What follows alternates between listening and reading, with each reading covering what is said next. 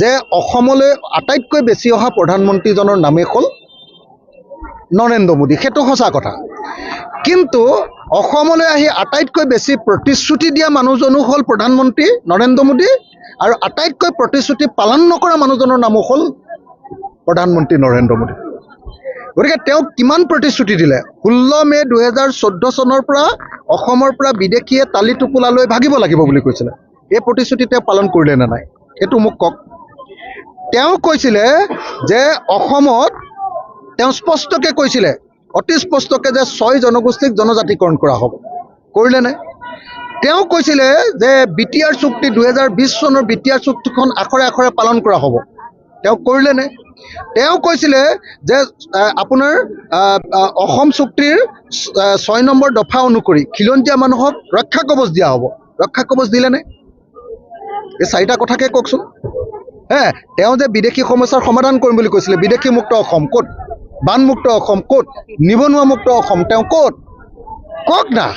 যেনেকৈ প্ৰধানমন্ত্ৰী বেছিকৈ অহা মানুহ এনেই আহি থাকিলে নহ'ব নহয়, তেওঁ কাম কৰিব লাগিব। মোৰ ঘৰলৈ ঢেৰ আলহী আহে, কিন্তু আলহীজনে যদি মোৰ ঘৰত অকণো কেতিয়াও কোনোদিন বিপদৰ সময়ত, মই মানুহ মৰাৰ সময়ত খবৰ নলয়, বানপানীৰ সময়ত যদি খবৰ নলয়, মোৰ ভাল দিনত আহি যদি ইলেকশ্যনৰ সময়ত যদি মোক ভোট বিচাৰে, তেতিয়াহ'লে সেই আলহীজনক মই ভাল আলহী বুলি ক'ম নে বেয়া আলহী বুলি ক'ম? মই সেইকাৰণে কৈছোঁ যে নৰেন্দ্ৰ মোদী আমাৰ বেয়া আলহী।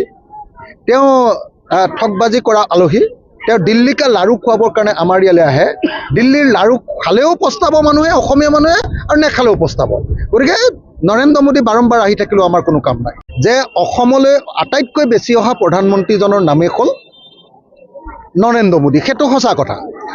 কিন্তু অসমলৈ আহি আটাইতকৈ বেছি প্ৰতিশ্ৰুতি দিয়া মানুহজনো হ'ল প্ৰধানমন্ত্ৰী নৰেন্দ্ৰ মোদী, আৰু আটাইতকৈ প্ৰতিশ্ৰুতি পালন নকৰা মানুহজনৰ নামো হ'ল প্ৰধানমন্ত্ৰী নৰেন্দ্ৰ মোদী। গতিকে তেওঁ কিমান প্ৰতিশ্ৰুতি দিলে? 16 মে 2014 চনৰ পৰা অসমৰ পৰা বিদেশীয়ে তালি টোপোলা লৈ ভাগিব লাগিব বুলি কৈছিলে। এই প্ৰতিশ্ৰুতি তেওঁ পালন কৰিলে নে নাই সেইটো মোক কওক। তেওঁ কৈছিলে যে অসমত, তেওঁ স্পষ্টকৈ কৈছিলে, অতি স্পষ্টকৈ, যে 6 জনগোষ্ঠীক জনজাতিকৰণ কৰা হ'ব। কৰিলেনে?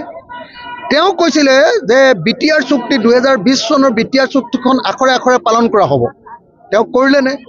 তেওঁ কৈছিলে যে আপোনাৰ অসম চুক্তিৰ 6 নম্বৰ দফা অনুসৰি খিলঞ্জীয়া মানুহক ৰক্ষা কৱচ দিয়া হ'ব। ৰক্ষা কৱচ দিলেনে? এই 4টা কথাকে কওকচোন।